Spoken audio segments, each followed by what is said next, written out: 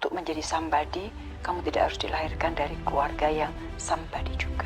Diberi tanggung jawab bisa jadi menteri, perempuan pertama untuk Menteri Luar Negeri, 10 tahun, itu sudah lebih dari cukup. Kita terus tahu bahwa ada mulai dan ada waktu. Di tengah hiruk pikuk dunia yang terus berubah, satu nama senantiasa berdiri tegak membawa suara Indonesia. Retno Lestari Priyansari Marsudi, Menteri Luar Negeri pertama dari kalangan perempuan ini bukan hanya simbol prestasi, tapi juga gambaran nyata ASN yang menjunjung tinggi nilai-nilai berakhlak. Sebagai wajah utama diplomasi Indonesia, Ibu Retno mempraktikkan setiap nilai dalam core value berakhlak dalam tugasnya sehari-hari. Dan kita juga mendapatkan dukungan kerjasama ASEAN Sebagai. Retno selalu menempatkan keselamatan dan kesejahteraan warga negara Indonesia sebagai prioritas.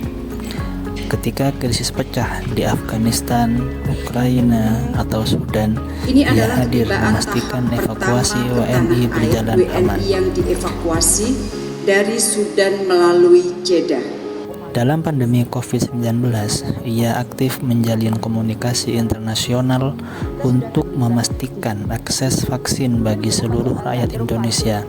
Inilah bentuk nyata pelayanan yang tulus dan proaktif.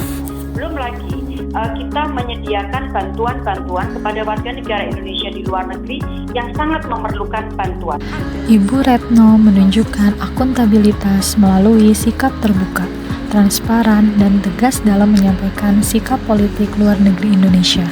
Ia tidak hanya mengambil keputusan, tetapi siap mempertanggungjawabkannya di hadapan publik dan parlemen, menjaga kepercayaan rakyat dan negara.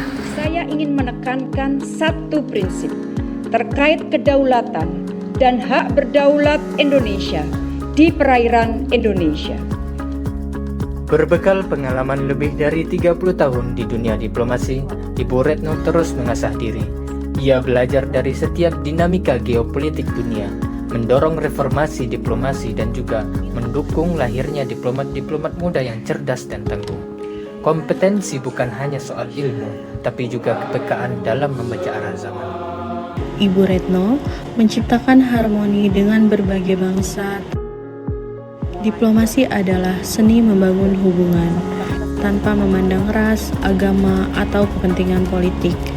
Selain berorientasi pelayanan, akuntabel, kompeten, dan harmonis, loyalitas Ibu Retno kepada bangsa dan negara juga tidak perlu diragukan. Dalam setiap perundingan, ia tidak membawa kepentingan pribadi, hanya satu misi, menjaga kehormatan Indonesia.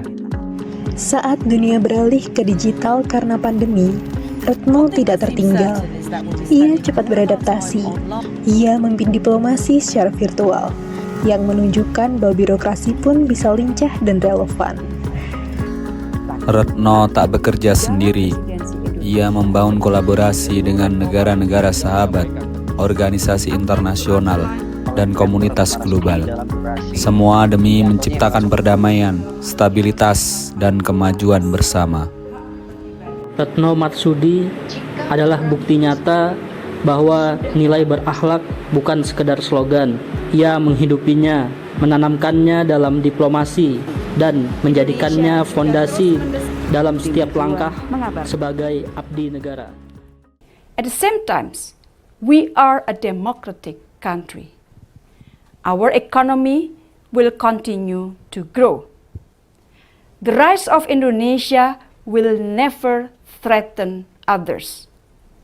The rise of Indonesia is for peace and stability of the world.